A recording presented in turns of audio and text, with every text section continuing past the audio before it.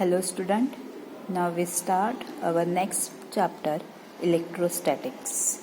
We introduce in 10th standard with this force, means electrostatic force. Okay, so electrostatics. So first of all, what is the electrostatics? So electro means electric charges and statics means at rest, means charges at rest. So we get here electrostatics. Okay, so we know the term electricity. So in electricity, charges are in motion, but in electrostatic, charges are in rest. So in this chapter, we learn charges at stable condition. Okay, so in stable conditions, with its here effects in surrounding. Okay, so it's first, what is the electric charges? First of all, we know that some recall points. You already know that it's all points. First, just out recall. So how you experience a shock while getting up from a plastic chair and shocking hand with your friend? Okay, so we experience this force, and then here this force is a electrostatic force, and even here a crackling sound while taking out your sweater in winter. And third one is, have you seen the lightning streaking during pre-monsoon weather? Okay, so all these questions asking to you. So we experiences all this in day-to-day life. So this, why these do this? Because of electrostatic force. This is the general examples. Okay, so why this generated this force? Because of electric charges. So here charges, we also know that the equal charges are repelled to each other, means positive charges are repelled to each other, or also negative charges are, means like charges repel to each other, and unlike charges, means positive or negative charges attract to each other. So this force is generated. So this is the elementary particles. What is the elementary particles? Elementary particles means are protons, neutrons and electrons. Okay, so proton is positively charged and electron is negatively charged, and neutron means neutral. So it is no charge, not a positive or not a negative. So we know that the atom. In atom, the plus one is nucleus. Atomic nucleus is made up of protons and neutrons, and here it's positive charge, and negative charge is electrons surrounding the nucleus. So as to make an atom electrically neutral. So thus most matter around us is electrically neutral. Okay. We also know that another examples for electrostatic force, when we comb rub on your dry hair, then it gets attracts our hairs, and also comb rub on our hair and paper particles are attracts. So these all examples for electrostatic force. We learn in 6th standard also this topic. We already know that what is the electrostatic force. Now we learn our next point is the basic properties of electric charges. So our first property of electric charge is additive nature of charge. So now what is the additive? So electric charge is additive. Additive means similar to mass. Means the total electric charge on an object is equal to the algebraic sum of all the electric charges distributed on different parts of the objects. What is the algebraic charges? We know that Q1. So here small q denoted a charges, and Q1, so algebraic sum of charges of the surfaces Q1, Q2 and so on. Then we addition of total charges means denoted by capital Q. Okay, you already know that. So these Q1, Q2, Q3 are addition of charges, and this is the similar to masses.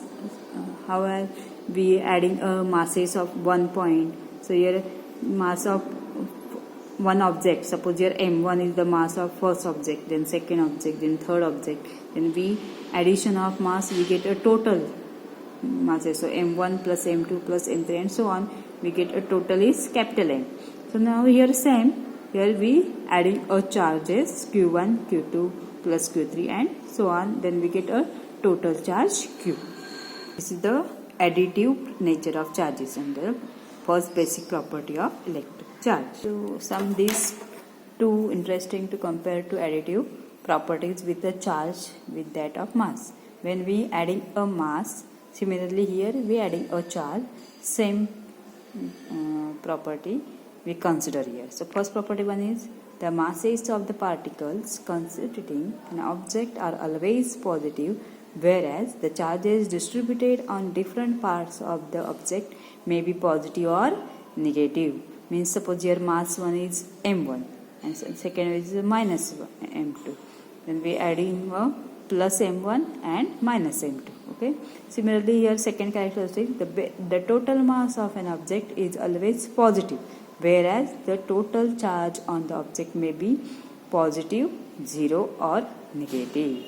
Again, so we get here total mass, so m1 plus m2 plus m3, we get a 3m.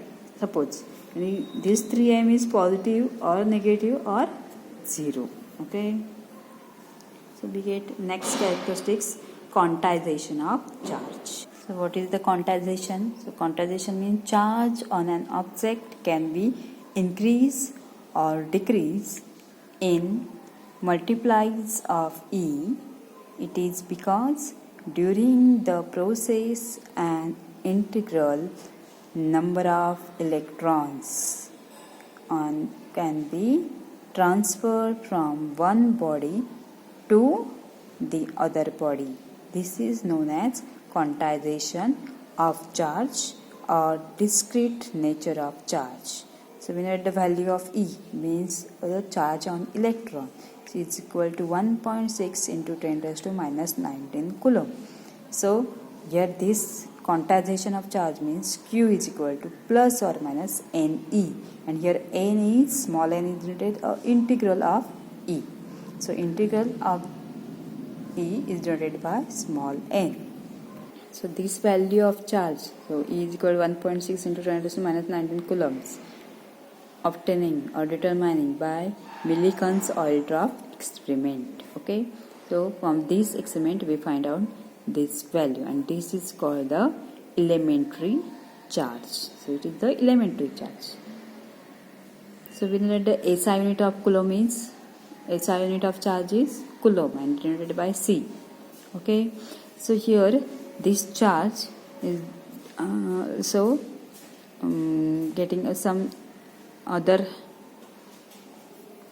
order of units is, so here micro coulomb is denoted by mu c, its value is 10 raised to minus 6, and nano coulomb is denoted by nc with 10 raised to minus 9, and pico coulomb is the 10 raised to minus 12. This is also unit for coulombs. So our next characteristics, conservation of charge. This is also we know that the conservation of charge is in any given physical process, charge may get transferred from one part of the system to another, but the total charge in the system remains constant. Or for an isolated system, total charge cannot be created or nor destroyed. So in isolated systems, total charges cannot be created or destroyed. It's transferred from one medium to another medium. Okay, so here means isolated. So here isolated means here temperature and pressure are constant. Okay, so this system is constant, so it's called a conservation of charges. Means charges cannot be created or destroyed. Okay, so we get here these basic properties. Now last one is forces between charges. So we already know that forces between unlike charges attract each other and like charges repel each other. So do this correction in textbook. Here like charges are repel each other and unlike charges are attract each other. Okay, our point is here complete. Now we get a next point.